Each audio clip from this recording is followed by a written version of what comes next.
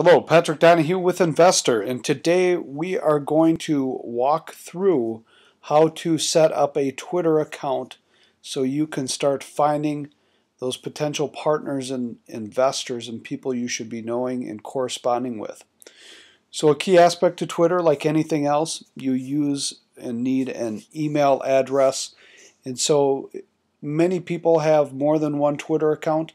And so you may want to use a new Gmail account or Hotmail, Yahoo, doesn't matter, but we are going to sign up quickly for a new Google account so we can show you how this works. I'm just going to call myself the Deal Team, and we own all the rights to investor, so I should make sure I have that anyways.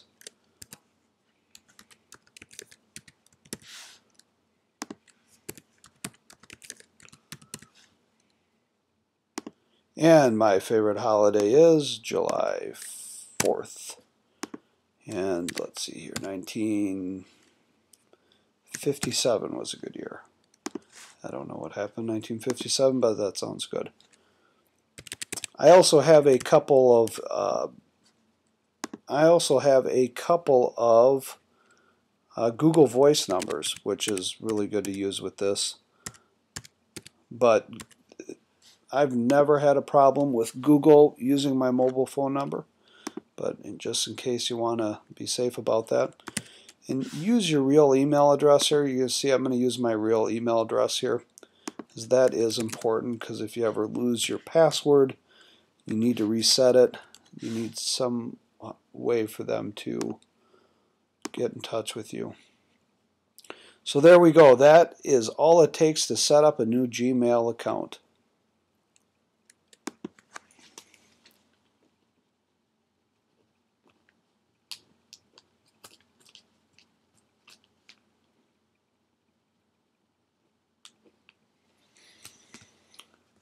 So we are all set, and I'm going to hit get started.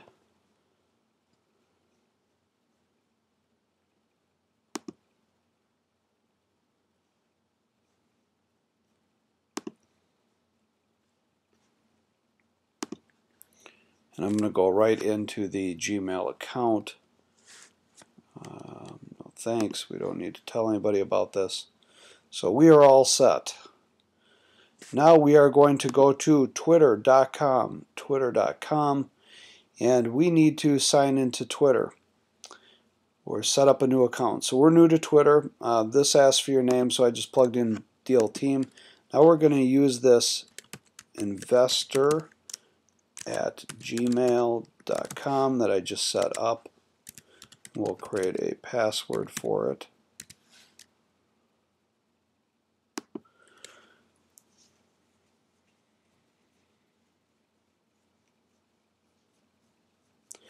So it suggested Deal Team 1 for a username. This is where you're going to want to spend a little bit of time here. You're going to want to make sure that you're getting the Twitter name that you want. If you don't have a Twitter name already in your real name, like I have @Donahue Patrick E, it's really important that you have a Twitter account. I'm getting the most followers with my real name, and that's because people really want to make sure that the account is authentic. When it comes from a brand, like I've seen when I've used, we have investor, we have @DealPen, and when we use those Twitter accounts, it's actually me using them all the time. I don't get as many follow backs as I do my personal. So just a piece there. And look at this, Deal Team 1. Oh, I like this, Deal Team. I need something like that, so that works really well. And keep me logged into this computer. So that's as simple as it gets, and we are going to create my account.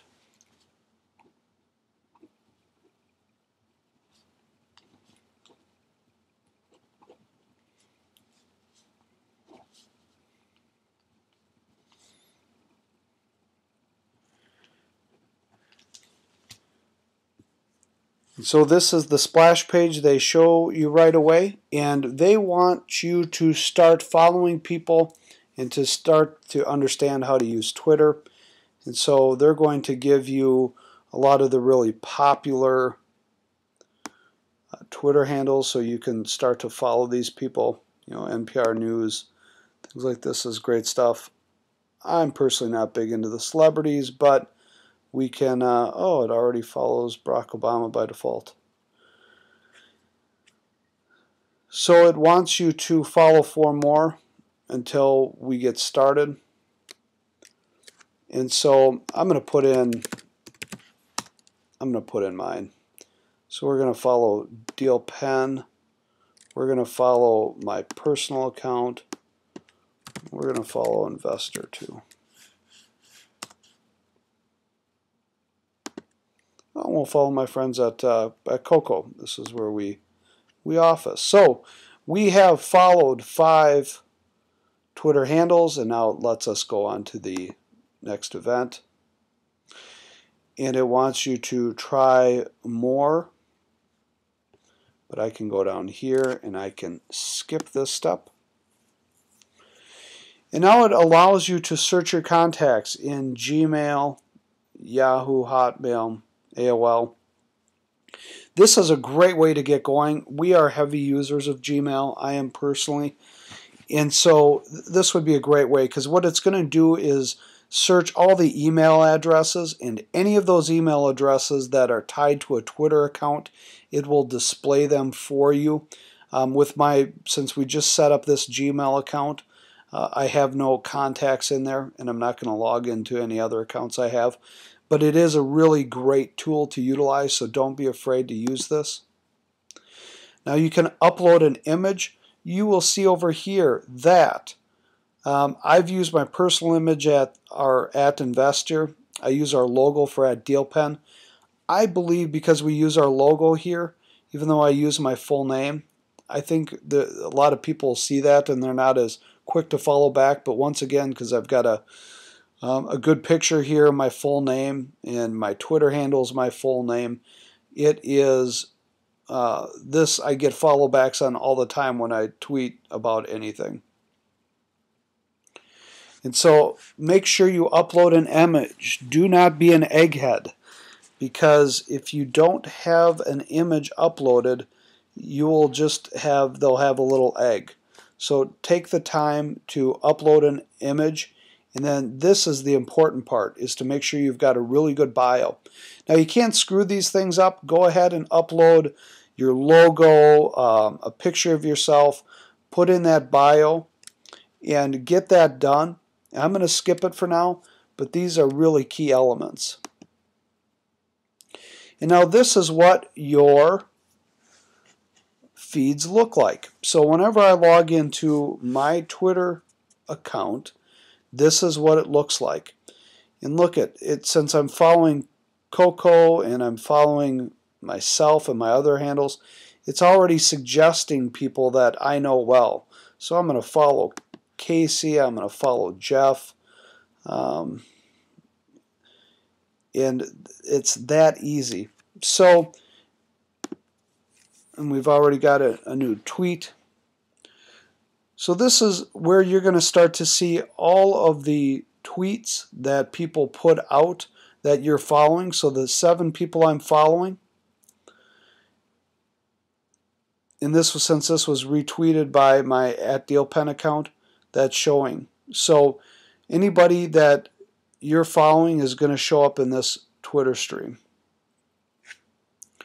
And that is simple as it gets. And a good thing to know is you can keep following as many people as you want. It does get addicting. It's become my #1 source of news and information. And what's really important is that as you build this up, when you get over 2,000, your followers to following ratio needs to be pretty equal. So when you come across people that have, 10,000 plus followers, or following 10,000 plus, you'll see that typically it's pretty closely aligned, because they don't want people coming in and just following 2,000 and they're not saying anything interesting and they're not getting followers back. And so once again, there's that logo. I'm an egghead right now. Don't be an egghead. #1 rule in Twitter. #2 rule, I put Deal Team in here. but to the extent you can, use your real name. The golden rule of social media and digital media is to be authentic. And once again, we don't have a profile set up, but let's take a look at my DealPen account and we'll be done. So this is my profile. Use a couple hashtags. And these are great ways to track conversations. So whenever you put this little hashtag, this pound sign in front of a word, it makes it clickable and it'll pull up any conversations that have like pound crowdfunding in it or hashtag crowdfunding, hashtag cap forum. But take the time. You've got 160 characters here that you can put this in.